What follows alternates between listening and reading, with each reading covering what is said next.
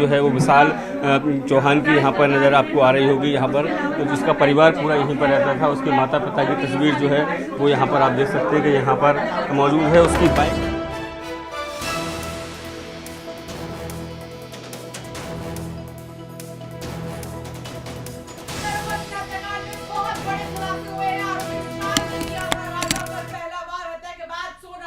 CCTV में आरोपियों के साथ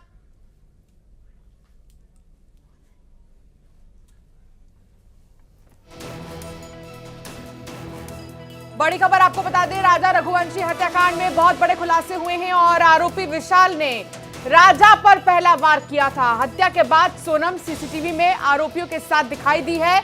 तीनों आरोपियों के साथ बातचीत कर रही थी सोनम।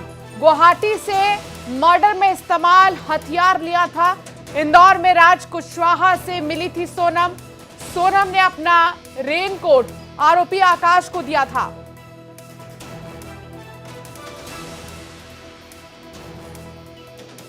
तो आपको बता दें, बड़ी खबर आ रही है और बड़े खुलासे हो रहे हैं कि सोनम भी इंदौर गई थी मर्डर करने के बाद। जी हां, सोनम ने अपना रेनकोट आरोपी आकाश को दिया था। रेनकोट में खून के धब्बे थे, इसलिए उसे फेंक दिया था।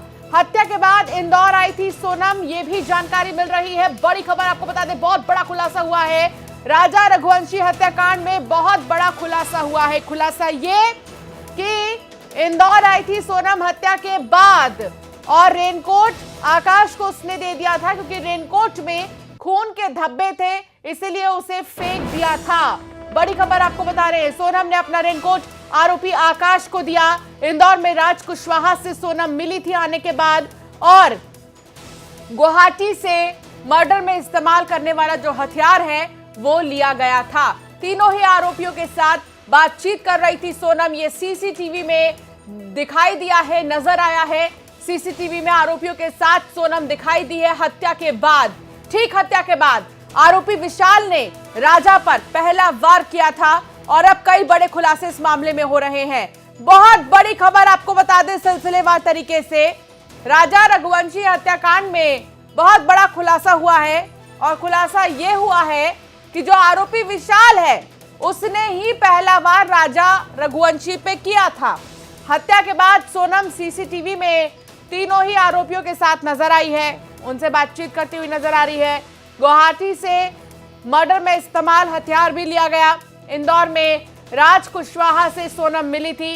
सोनम ने अपना रेनकोट भी आरोपी आकाश को ही दिया था। रेनकोट में खून के धब्बे थे, इसलिए उसे फेंक दिया था और हत्या के बाद इंदौर आई थी सोनम। ये बहुत बड़ी खबर आपको बता दे, हत्या के बाद इंदौर भी आई है सोनम। उसके बाद मिथिलेश संवाददाता हमारे साथ जुड़ गए हैं। मिथिलेश, हत्या के बाद इंदौर आई थी सोनम, ये बहुत बड़ा खुलासा हुआ है।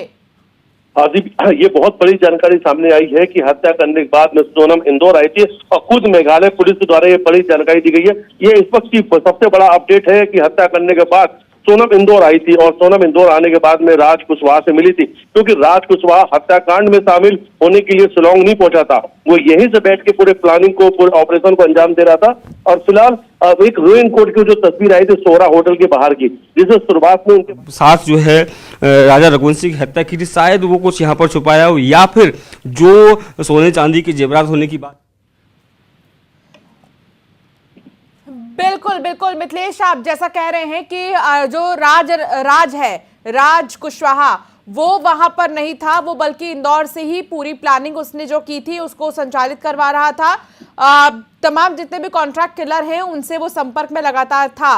तो क्या राज कुशवाहा माहौल भांप रहा था यहाँ बैठ के इंदौर में कि अभी कौन क्या सोच रहा है, उसके तहत आगे की प्लानिंग को आगे बढ़ाया गया?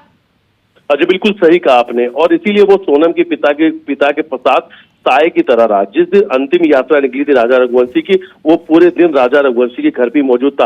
हर वक्त वो सोनम के पिता के साथ मौजूद था।